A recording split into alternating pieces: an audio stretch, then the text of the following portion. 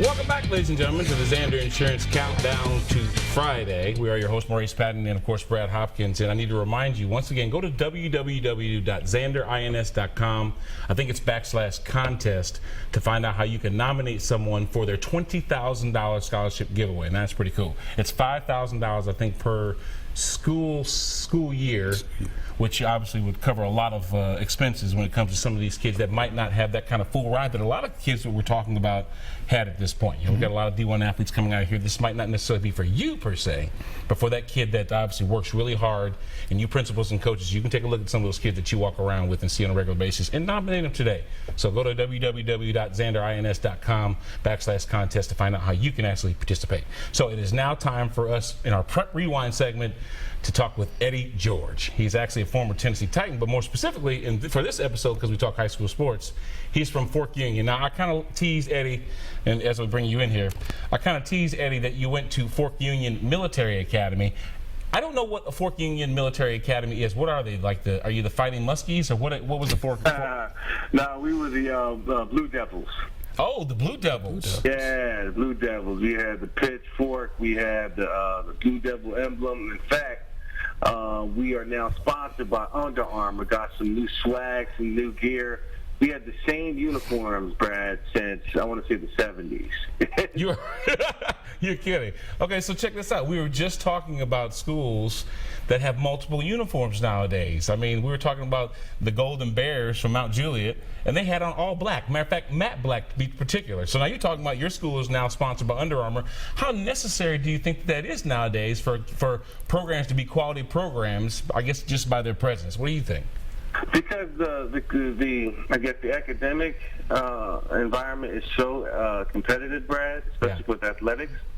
You got to do that. I mean, now you're seeing high schools doing what colleges are doing. Building bigger stadiums, better facilities, training table, even really creating an atmosphere where it fosters the development of the student athlete, and uniforms are part of it. Kids are drawn to that. Right. So you have your son goes to Purdue, mine goes to Vanderbilt. The one thing they talk about is the color combination.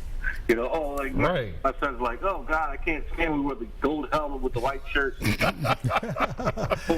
I'm like, man, do you realize you only had two options? Home and away. That was it. Right. I just said that. You did. Eddie. So it's great to see. I'm really upset that I didn't have an opportunity to put on the different variations of uniforms, because I love the uniforms. I'm really into fashion and all that good stuff, so I think it's cool. You talked about that Fork Union is now with Under Armour. Have you been down there recently? Do you get back over there pretty often, or? Yes, I sit on the board for Fork Union, wow. I didn't have a chance to go down this past weekend with our board meeting, but I've gone in the past. My last time was going last year. The place is really has changed a lot immensely from the last time I've been there. They got new dorms. In fact, those kids are spoiled now. Before when I was there, we didn't have air conditioning. We had to open the window. We had the old school heating where it was a radiator and you couldn't control it. So it was, now these kids, they're spoiled with it, but rightfully so. It was one of the formative years for me as far as my development into a man. And I've had a chance to visit with my mom this past week, and we talked about my childhood and her sending me to Fork Union. And I told her, I said, I know it was hard for you because she sent me away when I was 15, and I'm my only son.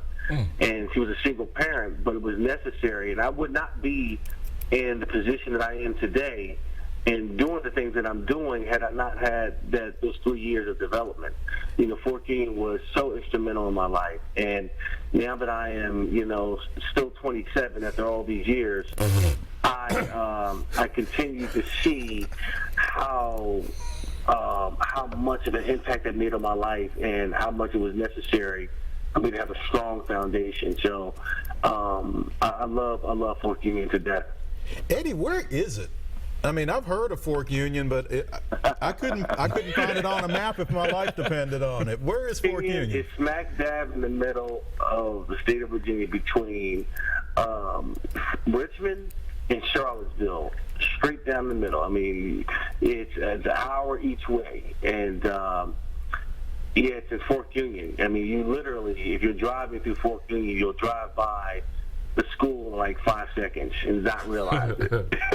That's how small it is. They don't have gates around the campus, because if you leave, you'll come back. There's really nothing outside the gates. So listen, so you grew up in Philadelphia, am I correct? Uh-huh. Okay, so you really don't understand what high school football is like in Philadelphia because you went to school in Virginia. Whoa. Oh, no. I left when I was a sophomore, Brad. Okay.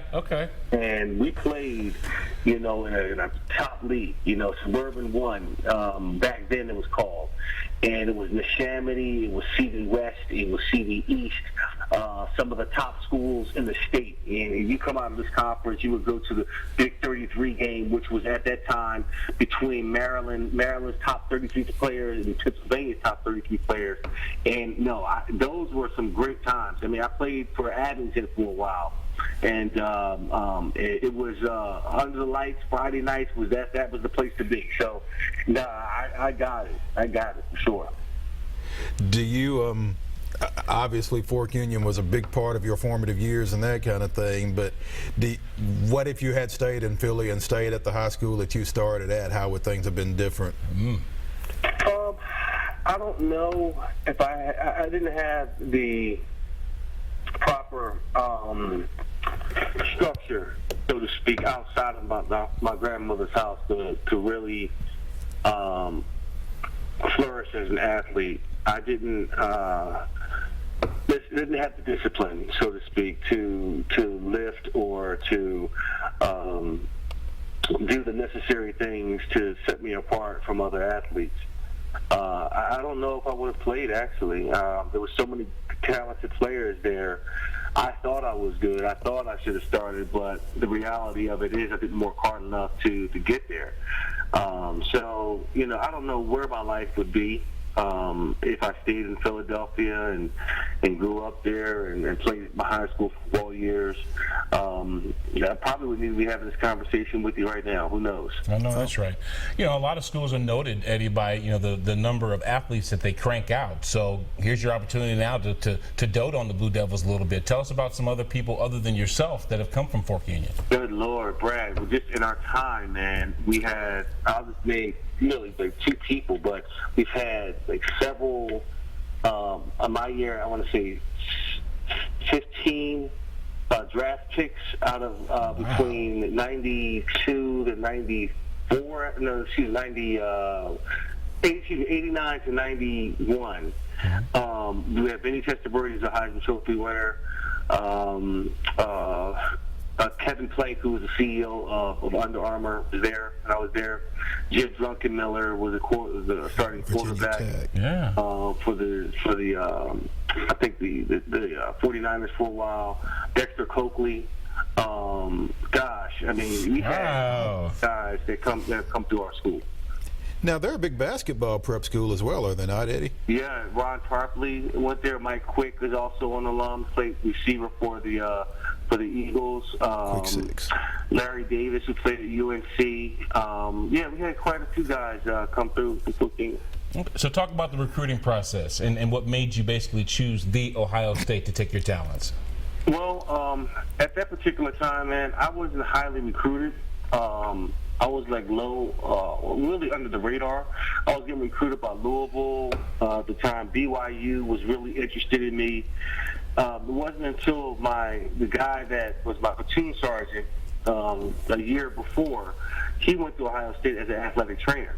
And somehow or another, this son of a gun convinced the national recruiter for Ohio State to look at my tape. He asked them, he said, "Have you heard of Eddie George?" He's like, "Who?" Eddie George, out of Fork Union. He said, "Where's Fork Union?" He says, "Yeah, all right, you know what, just send me some tape and I'll look at it."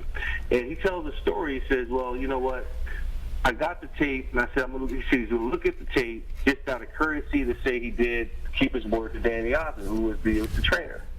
So he looks at the tape, and he stares at it, and he says, let me see another tape of this kid. So Danny calls me up a week later. I send up another tape. About another 2 weeks later, at that time, there was no email, there was no text message, Brad. Right. Phone call. So he says, send up another tape. So I send up another tape. Wait another 2 weeks. Didn't hear back from him. Late in the third week, I heard back. Send up another tape. I said, my God, I don't have any more tapes to send. Right. They finally bid on me. They came down, checked me out. And they wanted to see if the dimensions were right. 6'3" at the time, 218, and I passed the test with that. And they asked me to come on a visit, man. And I'll never forget it. I was in Ohio Stadium the last day of my recruiting trip, and it was a beautiful 30-degree Columbus day. It was gray, wind blowing, and I just remember standing in the stadium and just sitting there, just feeling the energy of it. Thinking to myself, there are a lot of running backs that were there at the time. Robert Smith, Raymond Harris, loaded backfield. But something in my spirit told me that this was the place. This was going to fit everything that I was looking for at college. It was strong, a strong tradition in football and academics and so forth. And I committed right there on the spot. Wow. That's amazing. So, I mean, did you ever have any other aspirations of doing anything else other than playing football? I mean, from a sports vernacular. I mean, obviously, we'll get into your theatrical performances and things like that in a minute, but did you ever want to play anything else other than football, Eddie? I wanted to play basketball, but I couldn't go left at all. I was just not. Going left for me was, oh, God, it was like another universe, man. So I kind of knew where I stood. I was a rebounder, got garbage points. I couldn't create. So I ran track, and I just focused on football mainly as far as athletics. I kind of knew where I wanted to go. I was just in love with the sport. But outside of that, no, I wasn't like you, Brad, where you had options. I had options. I could play basketball somewhere or football. No, I wasn't like that. Eddie, you talked about Jair being at Vanderbilt. What was different from your recruitment to his recruitment? Yeah, no kidding. It's different because kids nowadays are getting offers as sophomores. Yeah. And it's a much quicker process. They're committing earlier. The courting process is different. It's kind of all year round. I mean, and both sides can renege. It used to be, I give you my word, I'm going to come. Or if you say you're going to offer me a scholarship, it sticks. Nowadays, like, well, you have a great senior year. Well, we're going to renege on our offer to you. So it's different in that regard. But my son was unique in the fact that his grades were exceptional at the math. He went to the Math Catholic in Washington, D.C., who's ranked, I think, in the top 5 now in high schools this year, the top 25, USA top 25. And Vanderbilt looked at him, for his potential, and mainly because he fit as a student athlete. So just when you think that he was a tweener as far as athletic-wise, he's still kind of growing, still trying to develop, find his position and so forth. But just when you think that academics really don't matter, they do, because he fit perfectly for what they were looking for as a student athlete. And for him, God, I mean, he was on the honor roll at Vanderbilt, and wow. So his academics really set him up to receive a scholarship from a Division I school in the SEC. He had never played a single down running back in high school. He played linebacker. So it's amazing. So when kids say, well, they had me out of my position, or I don't have the school I want to go to, it's so important that you really just trust the process, trust where you're at, Work on your academics because it'll open up so many other options for you than you can realize. Man, I'm so glad that the apple fell far from the tree as far as the academics, Eddie, with your son. You've been awesome, and thank you for joining us, brother. Stay easy, and we'll talk to you soon, okay? Love you, man. Take it easy, All man. right. That was one Sir Edward George right there. Hey, listen, we've got our closing thoughts when the Xander Insurance Countdown to Friday returns. Stick around. We'll be right back.